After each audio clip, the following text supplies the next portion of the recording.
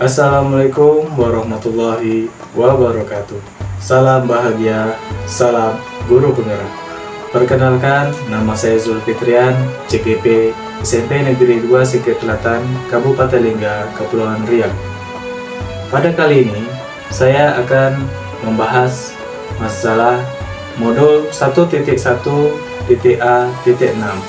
berkaitan tentang demonstrasi kontekstual. Ki Hajar Dewantara menjelaskan bahwa tujuan pendidikan adalah menuntun segala kekuatan kodrat yang ada pada anak-anak agar mereka mencapai keselamatan dan kebahagiaan yang setinggi-tingginya, baik sebagai manusia maupun anggota masyarakat. Dalam menuntun laku dan pertumbuhan anak, Ki Hajar Dewantara mengibaratkan peran guru sebagai seorang petani atau tukang kebun. Anak-anak itu seperti biji tumbuhan yang disemai dan ditanam oleh Pak Tani atau tukang kebun di lahan yang telah disediakan. Anak-anak itu bagaikan butir-butir jagung yang ditanam.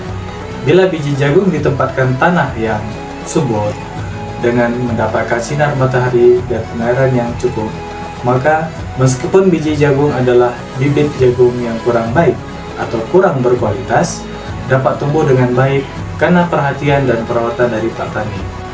Demikian sebaliknya, meskipun biji jagung disemai adalah bibit jagung berkualitas atau yang memiliki bibit unggul, namun tumbuh di lahan yang gersang dan tidak mendapatkan perairan yang baik serta pencahayaan matahari yang bagus, maka biji jagung itu pun mungkin bisa tumbuh namun tidak optimal. Dalam proses menuntun, anak diberi kebebasan, namun pendidik sebagai pamong dalam memberi tuntunan dan arahan agar anak tidak kehilangan arah dan membahayakan dirinya.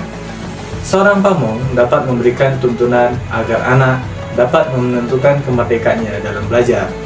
Ki Hajar Dewantara juga mengingatkan kepada pendidik untuk tetap terbuka namun tetap waspada terhadap perubahan-perubahan yang terjadi. Waspadalah, carilah barang-barang yang bermanfaat untuk kita, yang dapat menumbuh kekayaan kita dalam hal kultur, lahir dan batin. Jangan hanya meniru, hendaknya barang baru tersebut diselaraskan terlebih dahulu. Itulah kata-kata Ki Hajar Dewantara yang menggunakan barang-barang sebagai simbol dari tersedianya hal-hal yang dapat kita tiru. Namun, selalu menjadi pertimbangan bahwa Indonesia juga memiliki potensi-potensi yang kultural yang dapat dijadikan sebagai sumber belajar. Nah, itulah prinsip menuntun atau tujuan pendidikan yang dipaparkan oleh Ki Hajar Dewantara. Nah, selanjutnya saya akan membahas berkaitan tentang kodrat keadaan. Kodrat keadaan terbagi atas dua. Yang pertama adalah kodrat alam dan yang kedua adalah kodrat zaman. Ki Hajar Dewantara mengelaborasikan pendidikan terkait kodrat alam dan kodrat zaman sebagai berikut. Ki Hajar Dewantara hendak mengingatkan pendidik bahwa pendidikan anak sejati yang menuntut anak mencapai kekuatan kodratnya sesuai dengan alam dan zaman. Bila melihat dari kodrat zaman, pendidikan saat ini menekankan kepada kemampuan anak untuk memiliki keterampilan abad 21. Sedangkan dalam memaknai kodrat alam, maka konteks lokal sosial budaya murid di Indonesia Barat tentu akan berbeda dengan karakteristik yang dimiliki oleh murid di Indonesia bagian tengah ataupun timur. Mengenai pendidikan dengan perspektif global, Ki Hajar Dewantara mengingatkan bahwa pengaruh dari luar tetap harus disaring dengan tetap mengutamakan kearifan lokal sosial budaya Indonesia.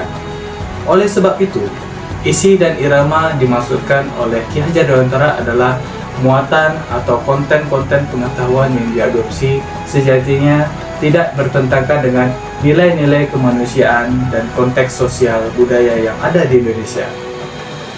Kekuatan sosial budaya di Indonesia yang beragam dapat menjadi kekuatan kodrat alam dan kodrat zaman dalam mendidik. Ki Hajar Dewantara juga menjelaskan bahwa didiklah anak-anak dengan cara yang sesuai dengan tuntutan alam dan zamannya sendiri. Artinya, Cara belajar dan interaksi murid abad 21 tentu sangat berbeda dengan para murid yang berada di pertengahan abad atau akhir abad 20. Nah, inilah jabaran dari kodrat alam dan kodrat zaman yang dipaparkan oleh Ki Hajar Dewantara. Selanjutnya, kita bergerak kepada budi pekerti. Menurut Ki Hajar Dewantara, budi pekerti atau karakter merupakan perpaduan antara gerak, pikiran, perasaan, dan kehendak, ataupun juga kemauan, sehingga menimbulkan tenaga. Budi pekerti juga dapat diartikan sebagai perpaduan antara cipta yang dipengaruhi oleh kognitif, karsa yaitu afektif, sehingga menciptakan karya yaitu psikomotor. Dalam dunia pendidikan, tentu saja kita tidak asing dengan istilah ing ngarso sum tolodo, ing madya mangun karsya tut puri handayani. Di depan memberi contoh, di tengah memberi semangat atau motivasi, dan dari belakang memberi dorongan. Kita sebagai pendidik harus memberi contoh dan teladan yang baik kepada peserta didik, maupun sesama guru, bahkan sampai ke lingkungan masyarakat. Tentu saja, kita sebagai pendidik harus memberikan contoh yang baik kepada peserta didik. Hal ini akan membuat kita sebagai pendidik akan diteladani oleh mereka. Seperti pepatah mengatakan, digugu dan ditiru. Nah, inilah kita sebagai seorang pendidik.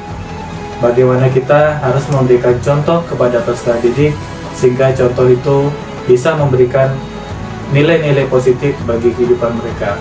Apabila kita sudah dicontoh oleh peserta didik, tentu saja kita bisa sebagai role model bagi mereka. Dari tengah, pendidik harus mampu membangun semangat kepada peserta didik. Hal ini bertujuan agar kita bisa mengelola kelas, memberikan pengaruh positif kepada mereka, memberikan energi-energi yang luar biasa, sehingga siswa merasa termotivasi untuk melakukan sesuatu hal-hal yang positif, mulai dari belajar hingga kegiatan-kegiatan lainnya. Tentu saja kita sebagai pendidik harus bisa membangun motivasi semangat mereka untuk belajar. Selanjutnya yang terakhir yaitu di belakang memberi dorongan. Hal ini bermaksud adalah ketika kita sebagai pendidik harus mendorong mereka untuk bisa maju, bahkan bisa berkembang, bisa berinovasi. Selanjutnya semboyan yang terakhir yaitu tut puri handayani yang sering kita dengar. Itu memiliki makna bahwa di belakang memberi dorongan. Kita sebagai seorang pendidik harus mampu memberikan dorongan, motivasi, arahan, dan penyemangat kepada para peserta didik. Hal ini bahwa untuk membantu mereka agar bisa mencapai keselamatan yang setinggi-tingginya. Dengan demikian, kita bisa memberikan wadah dan juga kesempatan bagi mereka untuk melakukan inovasi. Dengan begitu, tentu saja mereka bisa melakukan hal-hal yang baik sesuai dengan arahan dan juga bantuan dari kita. Konsep pemikiran selanjutnya adalah asas trikon, yaitu yang pertama, kontinuitas. Artinya kita harus bergerak dan berpikir maju ke depan tanpa melupakan sejarah ataupun akan akar-akar nilai budaya yang hakiki yang dimiliki oleh bangsa Indonesia. Sebagai seorang pendidik, harus memperkenalkan sejarah dan budaya bangsa Indonesia.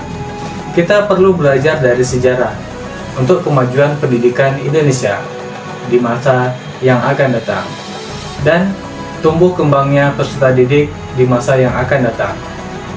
Selanjutnya yaitu konvergensi.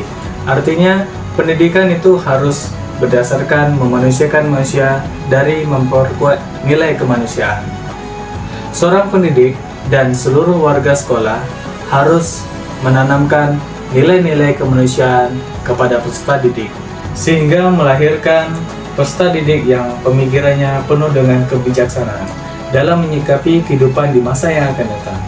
Selanjutnya yang terakhir yaitu konsentris. Pendidikan harus memiliki keunikannya masing-masing. Setiap peserta didik memiliki keunikannya masing-masing. Setiap peserta didik memiliki kompetensi atau potensi yang mereka bawa sejak lahir. Seorang pendidik dan seluruh warga sekolah harus mampu mengidentifikasi dan membaca keunikan dan potensi tersebut, sehingga murid dapat merasakan konsep merdeka belajar. Tentu saja hal ini juga bisa kita lakukan kepada siswa kita di sekolah. Nah, inilah konsep-konsep pemikiran Ki Hajar Dewantara yang telah saya peroleh. Ini sangat menginspirasi dan menambah wawasan, pengetahuan, dan juga semangat saya untuk segera melakukan perubahan dan mengimplementasinya dalam kehidupan sehari-hari, khususnya di lingkungan sekolah. Kegiatan yang akan dilakukan agar proses pembelajaran yang mencerminkan pemikiran Ki Hajar Dewantara dapat terwujud dengan menerapkan merdeka belajar, kemerdekaan belajar yang memberikan kesempatan bagi peserta didik untuk senyaman mungkin dalam suasana bahagia tanpa adanya rasa tertekan. Merdeka belajar yang berorientasi dan berpusat kepada peserta didik dengan mendekatkan pendidikan yang holistik. Pendidikan yang holistik adalah pendidikan yang membangun tumbuh kembang anak dengan mengembangkan segala potensi yang ada pada diri anak secara seimbang, yang nantinya menghasilkan kebijaksanaan dari nilai-nilai kemanusiaan sehingga dapat melahirkan generasi bangsa yang merupakan cikal bakal dari profil pelajar Pancasila. Nah, inilah hasil dari penggambaran pemikiran filosofis Ki Hajar Dewantara yang saya peroleh dari mempelajari modul 1.1. Semoga ini dapat bermanfaat kepada Bapak Ibu sekalian, dan demikianlah hasil pemikiran saya. Salam guru penggerak, salam bahagia. Assalamualaikum warahmatullahi wabarakatuh.